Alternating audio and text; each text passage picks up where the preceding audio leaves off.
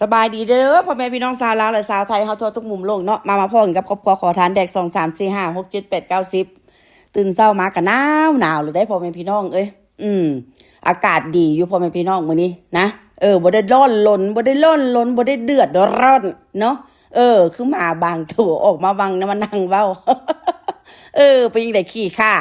ฮะขี้ข้าใส่หัวคอว่าเป็นเวรเป็นกรรมว่าติขี้ข้าเฮ็ดหยังก็ผิดเบัดเป็นบ่ล่ะขี้ข้าเฮ็ดหยังก็บ่มีคนอวยเนาะโอ้ยใจเป็นสมน้ำหน้าเด้อีสาดสวยอีสาดหมา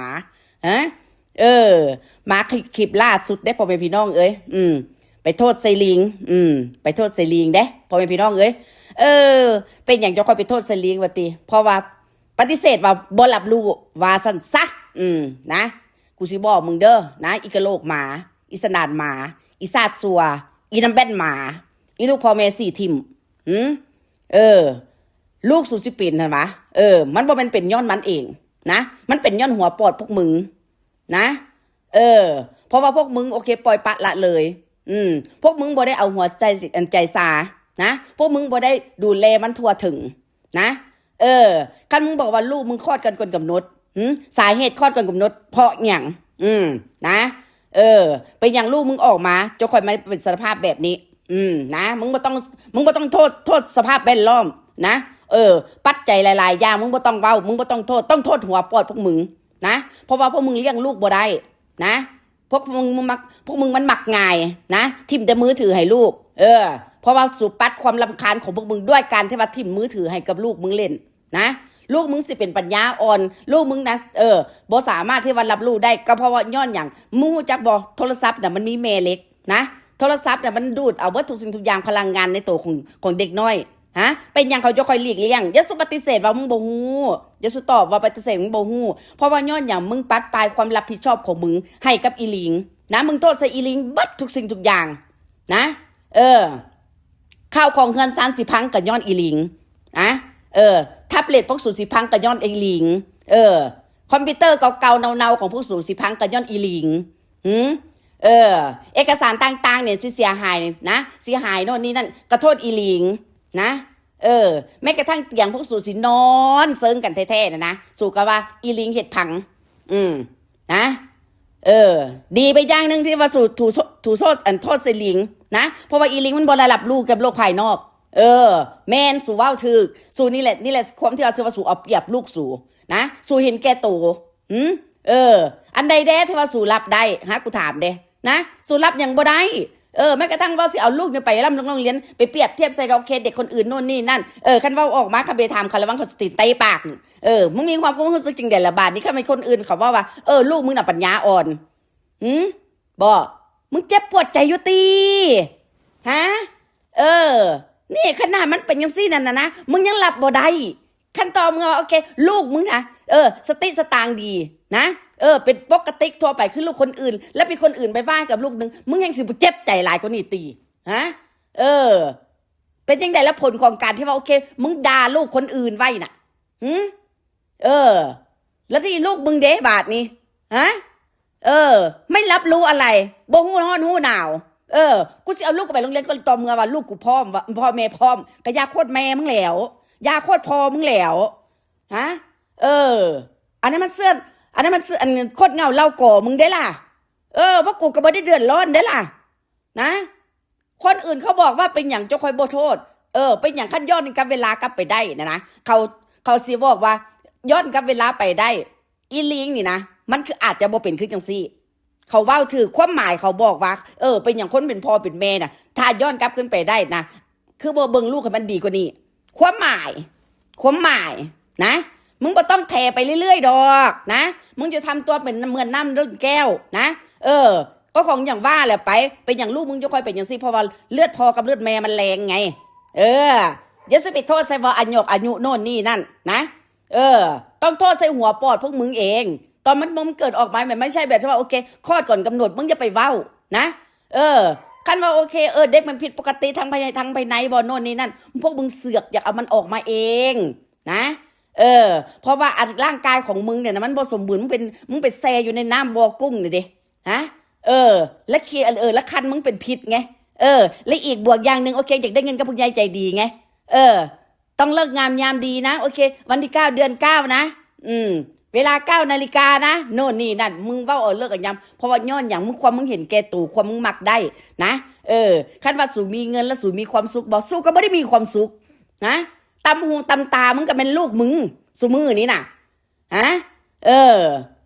มึงน่ะสิห้องสิให้สิตายพอแห้งแล้วมึงอยากเค็ดใส่กับพวกกูแห้งมึงอยากเอาชนะพวกกูอันที่ว่าลูกมึงน่ะเข้าศูนย์ศึกษาเด็กพิเศษอยู่ดีๆน่ะมึงเสือกเอาลูกมึงเข้าไปโรงเรียนเอกชน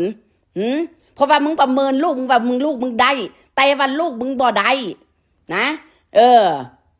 สมองของลูกมึงบ่พัฒนาการแล้วทำไมมึงต้องเอาเสือกลูกมึงเข้าโรงเรียนเอกชนล่ะฮะก็เพราะพวกมึงอยากเอาชนะพวกกูไงนะเพราะว่าโอเคมึงอยากให้คนอื่นเขามองว่าโอเคมึงทำได้แต่ว่าสุดท้ายแล้วมึงทำอะไรไม่ได้นะกูบอกมึงไงมึงน่ะแพ้กับแพ้อย่างเดียวนะชีวิตของมึงเกิดขึ้นมามึงบ่เคยชนะจักเทื่อมึงเข้าใจบ่ฮะ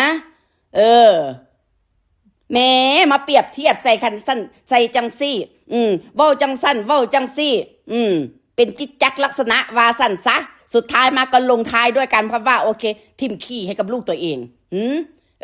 โยนความผิดให้กับให้อีลิงอีมานาบ่มีความรับผิดชอบอย่างเลยทั้งที่ว่ามึงเลี้ยงนะมึงบอกว่ามึงเลี้ยงนะบ่มีผู้ใดฮู้เท่ากันกับว่าพวกมึงส่งตัวมึงเลี้ยงลูกแบบใดสิเอาลูกไปโรงเรียนน่ะนะเพราะว่าคันพ่อแม่บ่พร้อมอ้าวเมื่อก่อนคือว่าแม่มึงเอามึงไปโรงเรียนอยู่แล้วมึงก็บอกว่าโอเคครอบครัวมึงทุกอย่างลำบากตอนนี้มึงก็ไม่ได้ลำบากเด้ล่ะแถมมีน้ำซ้ำโอเคมึงยังนั่งสแต็กเข้าได้อยู่ได้ล่ะมึงบ่ได้เป็นเบี้ยแล้วล่ะมึงบ่ได้เป็นลอยได้ล่ะฮะข้างหน้ามึงสิคิดนี่มึงคิดบ่ได้นะเพราะย้อนหยังมึงขาดปัจจัยนะมึงซับจ่างซุมือนี้มึงเลยคิดว่าอนาคตของลูกไปก็เท่านั้นแน่ความคิดของพวกสูแม่นบอกกูเว้าถูกบ่คันบ่กระตือรือร้นกับเรื่องของโคตรพ่อโคตรแม่สูนะพวกกูก็บ่ได้ว่าสิให้ค่าเพราะเท่าใดดอกไปลูกมึงนั่นนะมีแต่คนอื่นเนี่ยโอเคเขาบอกว่าโอเคลูกมึงนี่นะเป็นอย่างพ่อแม่เป็นอย่างคอยบอกดูแลบึงแย้งให้ทั่วถึงกันเดนะเป็นอย่างเจ้าคอยทิ่มภาระของตัวเองให้คนนั้นคนนี้เลี้ยงให้จังสั้นจังซี่แถมมีหนำซ้ำยังเอาโทรศัพท์ให้ลูกเล่นอีลิงมันไม่ได้เป็นมาตั้งแต่อยู่ท้องว่าสั้นโอ้ยกับแม่ลูกมึงไม่ได้เป็นมาแต่นั้นตอนอยู่ในท้องลูกมึงเกิดออกมาพี่แล้วนะมันกำลังสิตั้งใครนะเม้นบ่ล่ะแหน่เว้าอย่างออกมาเนี่ยนะมึงก็บ่แหนมเบิ่งแดว่าความผิดของมึงน่ะมันล้านมันมหาศาลสำไหนมึงคนเป็นแม่คนนะคำว่าขึ้นชื่อว่าเป็นแม่คนน่ะนะสิดีสิซัวจังได๋ก็คือลูกของตัวเองบ่แม่นติฮะมึงถือพาคาท้องมันมาน่ะสุดท้ายมานี่นะคำพูดที่ว่ามึงเว้าออกมามื้อนี้นะมึงเฮ็ดให้คนอื่นน่ะนะเจ็บซ้ำนำใจซ้ำใดแต่ว่าคนอื่นเขาก็บ่ได้สนใจดอกว่าเพราะว่าย้อนหยังต่างคนต่างอยู่ใช้ชีวิตไผชีวิตมันนะสิดีสิซัวโอเคเฮาก็ปั้นเองนะแต่ว่าคนมึงเป็นแม่น่ะนะไร้น้ำยานะความรับผิดชอบบ่มีนะนี่คือความหมายมึงมานั่งมึงนั่งเว้าออกชี้แกงจังซี่แหละยิ่งเฮ็ดให้คนในโลกโซเชียลฮู้ว่ามึงเนี่ยนะไม่สมควรที่ว่าสิเป็นแม่คนพวกมึงน่ะบ่สมควรสิเป็นพ่อเป็นแม่คนนะฮู้จักแต่ว่าเซิงกันออกมาสนุกเด้ม่วนแล้วเซิงกันออกมาน่ะแต่ว่าเอามาเป็นภาระของสังคมเอาไปโรงเรียนก็เอาไปเท่านั้นแหละพัดว่าเดี๋ยวไปเป็นตัวตลกอย่างง้นอย่างนี้ก็คือมึงคิดไงนะขนาดว่าลูกมึงอยู่ศูนย์ศึกษาเด็กพิเศษเนี่ยนะมันดีแล้วบ่ได้เสียเงินนะแต่มึงเสือกกระสนในกระเสือกกระสนอยากเอาลูกตัวเองนะโอเคเข้าโรงเรียนดีๆดังๆโน่นนี่นั่นหากแต่ว่าบ่เบิ่งฐานะของตัวเองบ่เบิ่งว่ารายได้ของตัวเองบ่เบิ่งซะว่าโอเคตัวเองนะกำพืชมาจากใส่นะอยากตีสนิทอยากตีเรียนคือคนอื่นโอ้ยลูกกูเข้าโรงเรียนดังนะจังสี่ตีฮะ กูเลยอยากหัวควันอย่าไปเปรียบเทียบใส่กับลูกคนอื่นมึงจำใส่กะลาหัวมึงไว้บาทนี่นะวันลูกมึงเนี่ยนะมันบ่ประสีภาษาก็จริงหากแต่ว่าความเป็นพ่อเป็นแม่คนเนี่ยนะยัดเยียดโลกประเภทนี้ให้กับเด็กโดยเฉพาะเป็นลูกมึงแม่นบอกพ่อแม่พี่น้องคันว่าเด็กมันสิเป็นดาวมันเป็นดาวมาแต่น้ำทองนะ